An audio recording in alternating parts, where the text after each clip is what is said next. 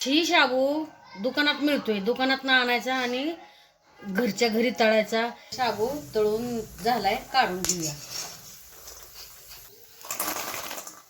तळून झालाय, आता शेंगदाणा तळून घेऊया। न भाजताच तेलात तळून घेऊया। गॅस थोडा मोठा करूया।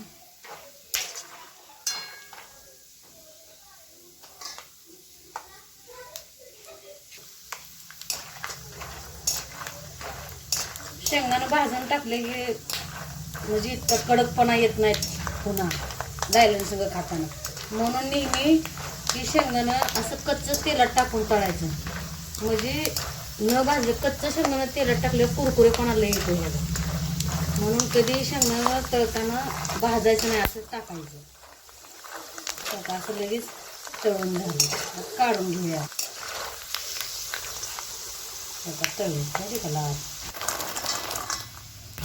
गॅस बंद करूया। ह्यात मिरची टाकून घेऊया। ही मिरची ह्यात टाकून घेते, एवढं मीठ टाकून घेते।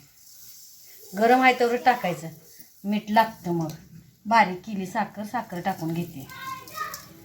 कारण ही साखर का टाकायची तर आता ही मिरची आपण तळून टाकली यात, ही शेंगदाणा कधी मिरची येते, मग साखर टाकल्यामुळं कधी गोड कधी तिखट असा शाबू मस्त। बारकी लेकरं जर खात असली तर मिरची काढून टाकतील आणि गोड गोड शाबू आवडीनं खातील, यासाठी साखर टाकायची शाबू।